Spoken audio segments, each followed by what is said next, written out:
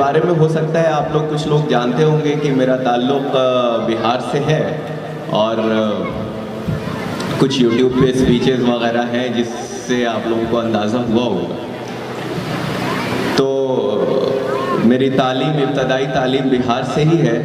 उसके बाद से मैंने 10वीं किया, उसके बाद फिर मैंने दिल्ली से आगे पढ़ा, जामिया मिलिया इस्लामिया से मैंने इंजीनियरिंग करी। उसके बाद फिर प्रिपरेशन करा और फिर उसके बाद से फिर मैंने सिविल सर्विसेज क्वालिफाई किया।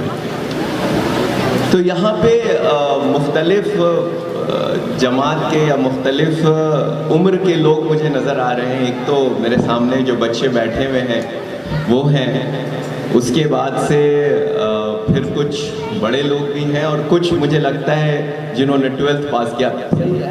तो जो बच्चे लोग हैं उनसे तो मैं सबसे पहले कहना चाहूँगा कि ये दौर आपके सोचने का नहीं है ज़्यादा कुछ, आपको कुछ ज़्यादा सोचने की ज़रूरत नहीं है कि हमको क्या करना है, कैसे नहीं करना है। ये वक्त आपको खाइए पीजिए, बड़ों की बात मानिए, सबसे इम्पोर्टेंट ये है, बड़ों की बात ज़रूर मानिए। मोबाइल से थोड़ा दूर रहिए। ये मोबाइल आजकल बहुत बड़ा नासूर बन के हम लोग सबके सामने आया है और हमारा इतना वक्त वो इस तरह से ले लेता है कि इसका अंदाज़ा हमें नहीं रहता है। तो छोटे बच्चों से मैं ख़ास तौर से ये कहना चाहूँगा कि आप बड़ों की बात पे ध्यान दीजिए। जो वो कह रहे हैं, जो आपके पेरेंट्स हैं, आपका सबसे बड़ा हमदर्द आपके पेरेंट्स होते हैं, आपके वालिदैन होते हैं, आपके माँ बाप होते हैं।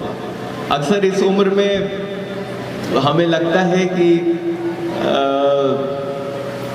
सबसे बड़े हमारे दुश्मन हमारे पेरेंट्स हैं। वो हमें पढ़ने के लिए कहते हैं, मुझे नहीं पता कितने, मेरे साथ तो ऐसा होता था, हमें पढ़ने के लिए कहते हैं, खेलने से मना करते हैं, मोबाइल ले लेते हैं। सही कह रहे हैं ना? ऐसे ही होता है, नहीं होता है? अच्छा, तब आप लोग अच्छे बच्चे हैं। मेरे साथ तो ऐसे ही होता था। मेरी हैंडराइटिंग इतनी अच्छी हुआ करती थी बचपन में कि पढ़ लिख करके मैं खुद नहीं पढ़ पाता था क्या लिखा है मैंने। तो जब मेरे फादर मुझसे कहते थे कि क्या तुम लिख करके लाए हो, तुम खुद पढ़ के दिखाना, तो मैंने बड़ी कुछ इंटरेस्टिंग चीज़ें याद कर रखी थी। मैं उनसे कहता था कि बचपन में गांधी जी की हैंडराइटिंग भी ख़राब थी, बड़े हो गए थे तो अच्छी हो गई थी, हम भी बड़े होंगे तो अच्छी हो जाएगी। ऐसा लगता है होगा यहाँ पे इस उम्र में कि ठीक है, बड़े हो जाएंगे तो सब ठीक हो जाएगा। हालांकि अब मेरी हैंडराइटिंग पढ़ने लायक हो गई है, लेकिन वो पढ़ने लायक ही हो पाई। वो जो बचपन वाली बात होती है इस उम्र वाली, वो नहीं रह पाई। तो खैर, मेरे कहने का मकसद है कि बड़ों की बात, आप लोग सिर्फ ये है कि बड़ों की बातों का ध्यान दीजिए। जो बड़े कहते हैं वो लोग आपकी उम्र से गुजर चुके होते हैं, थोड़े आउटडेटेड होते हैं लेकिन गुजर चुके होते हैं, इसलिए उनसे उनका एक्सपीरियंस आपके मुकाबले थोड़ा ज़्यादा रहता है। तो इस वजह से, और जहाँ तक बात है इस उम्र में ये भी लगता है कि बड़े होके हमको क्या बनना है, डॉक्टर बनना है, इंजीनियर बनना है, कलेक्टर बनना है, एसपी बनना है, ये सब चीज़ें आती है जहन में। रखिए अपने जहन में, बिल्कुल मोटिवेट होना चाहिए। एक बार क्या हुआ था कि हमारा स्कूल, कुछ गर्मी ज़्यादा हो गई, गर्मी ज़्यादा होने की वजह से जो डिस्ट्रिक्ट कलेक्टर साहब थे उन्होंने हमारा स्कूल बंद करवा दिया। घर पे आके पूछा स्कूल किसने बंद करवा दिया, और बड़े खुशी हुई। तो पता चला कलेक्टर साहब ने कहा अब कलेक्टर ही बनना है, बड़े होके स्कूल जो है बंद करवाना है मुझे भी। तो इस तरह की चीज़ें जहन में घूमनी भी चाहिए। बचपन में वो आपको फिर धीरे धीरे कहीं ना कहीं एक अंदाज़ा लगता है। इस वक्त में आपको बस जो आप पढ़ रहे हैं, जिस भी क्लास में आप, दूसरी, तीसरी, चौथी, पाँचवीं, छठी क्लास में जो आप पढ़ रहे हैं वो ही अच्छे से पढ़िए। बड़ों की बातों का ध्यान दीजिए, ज़्यादा वक्त मोबाइल में मत गुजारिए। खेलना है तो बाहर जाकर अपने साथ के बच्चों के साथ खेलिए। और ज़्यादा कुछ मैं नहीं बोलूँगा, नहीं आपको कुछ ज़्यादा करने की ज़रूरत है। अब इसके बाद से थोड़ा सा बड़े बच्चे जो 11th 12th माशाल्लाह जिन्होंने कुछ एक अच्छे मार्क्स हासिल किए हैं, एक अपनी पहचान बनाई है, तो उनके लिए बहुत अच्छी बात है। यहाँ तक आपने एक डिस्टिंक्शन के साथ आपने अपने आप को इस जगह पे पहुँचाया, ये काबिल तारीफ बात है और आप सब लोगों के लिए एक बहुत बड़ा एप्लॉज और एप्रिसिएशन जिन्होंने इस कामयाबी को अदा किया।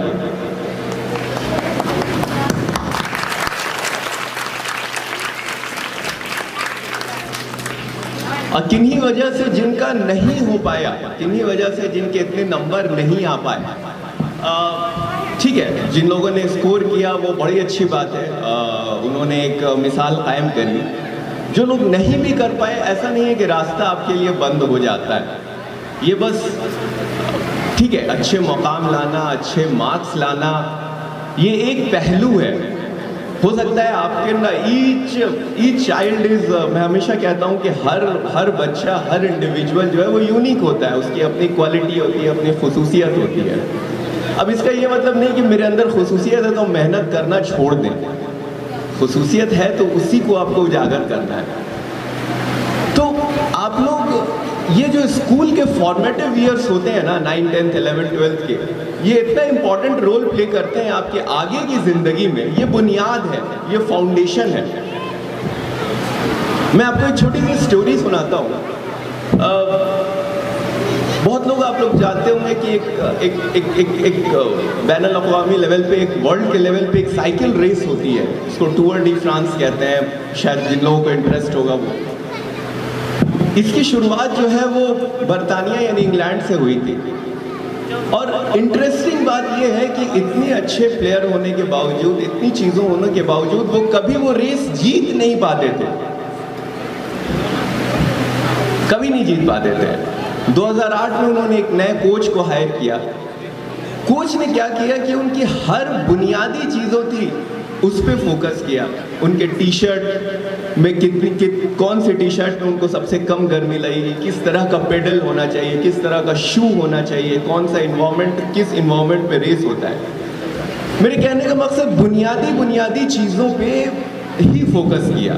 और अगर आप हमारे इसमें भी देखेंगे तो बड़े हो के आप कोई भी कॉम्पिटिटिव एग्जाम देख, कोई भी IIT का हो गया, कैट का हो गया, या कोई भी बैट का आप एग्जाम देते हैं, मेडिकल का आप एग्जाम देते हैं, चार्टर्ड अकाउंटेंसी का, ये सब कुछ बड़े नाम हैं। इन सब एग्जाम में आपकी बुनियाद को टेस्ट किया जाता है, आपके फाउंडेशन को टेस्ट किया जाता है। मैंने भी जब तैयारी करनी शुरू करी तो आप यकीन जानिए मैंने 5वीं क्लास की किताब से पढ़ना शुरू किया था। 5वां, 6वां, 7वां, 8वां, 9वां, 10वां, 11वां, 12वां, उसके बाद ही मैंने कोई और बुक उठाई। क्यों? क्योंकि मेरा फाउंडेशन वीक था। मुझे जो चीज़ स्कूल में करनी चाहिए थी वो मैंने बाद में करी। आप लोगों को ये ना करना पड़े इसलिए वो स्कूल में ही कीजिए। ये आपका जो फाउंडेशन है ये आपको हर शोबे में, आप कहीं पे भी जाओगे वहाँ आपको ये काम आएगा। दूसरी चीज़ है फेलियर के बारे में अक्सर, अब जैसे सबसे ज़्यादा नंबर तो किसी एक ही आदमी का आ सकता है ना, दूसरे आदमी का सेकंड हाईएस्ट ही आएगा, थर्ड हाईएस्ट ही आएगा। कई लोग जो फर्स्ट नहीं कर पाए, कई पेरेंट्स भी ऐसे होते हैं जो फर्स्ट, अरे तुम फर्स्ट क्यों नहीं कर पाए, तुमको हमने इतनी फैसिलिटीज दी, इतना सब कुछ किया।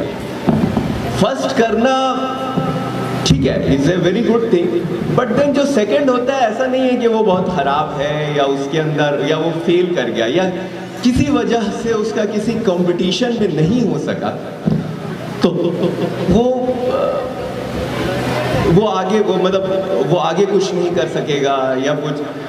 बहुत सारे कंपटीशन हो, यूपीएससी जिस एग्ज़ाम्स को मैं पास करके आया हूँ उस एग्ज़ाम में भी आपको 6 अटेम्प्ट्स मिलते हैं। वो इसीलिए मिलते हैं कि अगर आप किसी वजह से फेल हो जाते हैं 1 बार, 2 बार, 3 बार, 4 बार, तो आपके पास एक दूसरा मौका है। और आपको मैं एक चीज़ और बताता हूँ, जो ज़िंदगी में कभी फेल नहीं करता है एक मुद्दत तक, अगर वो सडनली फेल करता है तो उसको ये नहीं समझ में आता है कि अब मैं क्या करूँ।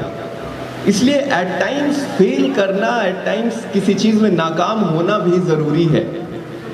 तो जो बच्चे जो कामयाब नहीं हो सके, या जो बच्चे जिनके कुछ कम मार्क्स हो गए, उनसे मैं ये ज़रूर कहना चाहूँगा कि आप, फेलियर्स जैसा कुछ है नहीं। ऑस्ट्रेलियन आर्मी का जो कोर ग्रुप है ना, उसमें वो ऐसे लोगों को नहीं लेते हैं जिसने अपनी ज़िंदगी के किसी मरहले पर फेल ना किया हो। क्योंकि उनको लगता है कि अगर कभी कुछ सेटबैक्स हो गए इनके लाइफ में तो ये उसको कैसे हैंडल करेंगे। तो सेटबैक्स को हैंडल करना ये आपको फेलियर्स या हर्डल्स, मैं उसको बेटर अल्फाज में कहूँ तो सिखाता है। तीसरी चीज़ एक इम्पॉर्टेंट ये है कि हम लोग अपने ख्यालों में बहुत जीते हैं। ये लोग सब लोग, हम बड़े हो जाएंगे तो ये करेंगे, हम कल से एकदम रूटीन के पाबंद हो जाएंगे, कल से हम टाइमली सोएंगे, मोबाइल कम इस्तेमाल करेंगे, अगले हफ्ते से ये होगा, अगले साल हम बहुत अच्छा नंबर लाएंगे। भूल जाइए, कल जैसा कुछ होता ही नहीं है। जो है आपके पास वो अभी है, आज, इस वक्त मैं क्या कर सकता हूँ। मैं ये सब चीज़ें आपको इसलिए बता रहा हूँ कि मैं इन सब चीज़ों से गुजर चुका हूँ, ये सब चीज़ें मैंने देखी हुई हैं। अक्सर लगता है अरे यार ये वाला साल तो मैं अच्छे से नहीं नंबर लगाया, ये साल तो वो लड़की टॉप कर गई, अगले साल तो मैं ही करूँ। ठीक है, आदमी को एक गोल बनाना चाहिए, अपने अंदर एक मोटिव बनाना चाहिए, लेकिन अभी आप क्या कर सकते हैं आप ये देखिए। अभी हम मोबाइल कर लेते हैं, थोड़ी देर बाद पढ़ेंगे, नहीं, अभी छोड़िए उसको, अभी ख़त्म कीजिए, अभी आप आगे के ऊपर ध्यान दीजिए। तो इस वजह से आपकी लाइफ में ये चीज़ बहुत ज़रूरी है कि आप अभी क्या कर रहे हैं। तीसरी एक चीज़ और है जिसको मैं आप लोगों को कहूँगा कि अपनी ज़िंदगी में लेकर के आइए, वो है डिसिप्लिन। अक्सर मोटिवेशन, जैसे मैं आया यहाँ पे, बाकी लोग आए, आपके प्रिंसिपल साहब हैं, ये आपको मोटिवेट करेंगे। 1 2 दिन 3 दिन 4 दिन 5 दिन आपको लगेगा कि नहीं हमें ये करना है। फिर धीरे धीरे क्या होता है कि आदमी का जहन है, वो चीज़ें निकलती जाती हैं। आपको मोटिवेशन लेवल अप डाउन होता रहता है, क्रेस्ट एंड ट्रफ की तरह है। मोटिवेशन से ज़्यादा इम्पोर्टेंट आपकी ज़िंदगी में डिसिप्लिन है। हमको सुबह फजर के वक्त उठना है तो उठना है, उसमें किसी तरह का कोई, हम बीमार पड़ गए ठीक है, हम उठ करके सो जाएंगे, लेकिन हमको ये काम करना है तो करना है। उसमें उसके आउटपुट से हमें मतलब नहीं है, हमें उस प्रोसेस से मोहब्बत होनी चाहिए कि हमें सुबह उठना है, ये मेरे पर्सनालिटी का पार्ट है कि हमको सुबह उठना है, या फिर कुछ भी, हमें इस वक्त पढ़ना है, हमें इस वक्त टहलना है, चाहे कुछ भी हो जाए। तो ये अपनी ज़िंदगी में आप डिसिप्लिन लेकर के आइए। कुछ भी, किसी भी चीज़ में, कोई भी काम आपको करना है तो आपको डिसिप्लिन के साथ करना है। अगर मैंने सोच लिया कि भाई अब मुझे क्रिकेट खेलना है, तो क्रिकेट खेलना है तो मुझे शाम में 1 घंटा खेलना है, कुछ भी हो जाए। तो इस तरह से ये कुछ चीज़ें हैं जो मुझे लगता है कि आपकी ज़िंदगी में अगर आप थोड़ा सा सोचेंगे, और जो लोग को भी मैंने आपको एक चीज़ पहले भी बताई कि हमने अक्सर ऐसा होता है कि हम जहनी तौर पर फेलियर हो जाते हैं, नहीं मुझसे नहीं हो पाएगा ये, ठीक है, ऐसा लगता है, जो चीज़ अभी लगता है कि अभी नहीं हो पाएगी, आप उसको 1 महीने आप फिर से उसको कोशिश कीजिए। हो सकता है कि 1 महीने बाद किसी दूसरे तरीके से आप कोशिश करेंगे तो वो हो जाएगी। तो इसलिए अपने आप को हमेशा आगे बढ़ते रहिए, और हमेशा अपने आप को एक कदम आगे बढ़ने का सोचें आप, और किसी दूसरे को देख के नहीं, बस अपने आप को, कल हम ऐसे थे तो कल हम कैसे होंगे, आज हम कैसे होंगे। तो ये सब कुछ चीज़ें थी। प्रिंसिपल आपके हेडमास्टर साहब ने एक इकबाल का बड़ा शानदार शेर पढ़ा था। एक शेर उनका मुझे भी याद आता है, तो मैं उसको पढ़ता हूँ आप लोगों के सामने, ख़ास करके उन लोगों के लिए जो अभी कामयाब हुए हैं, कि सितारों से आगे जहाँ और भी है, अभी इश्क के इम्तहां और भी है, तू शाहीन है, परवाज़ है काम तेरा, तेरे आगे आसमां और भी है।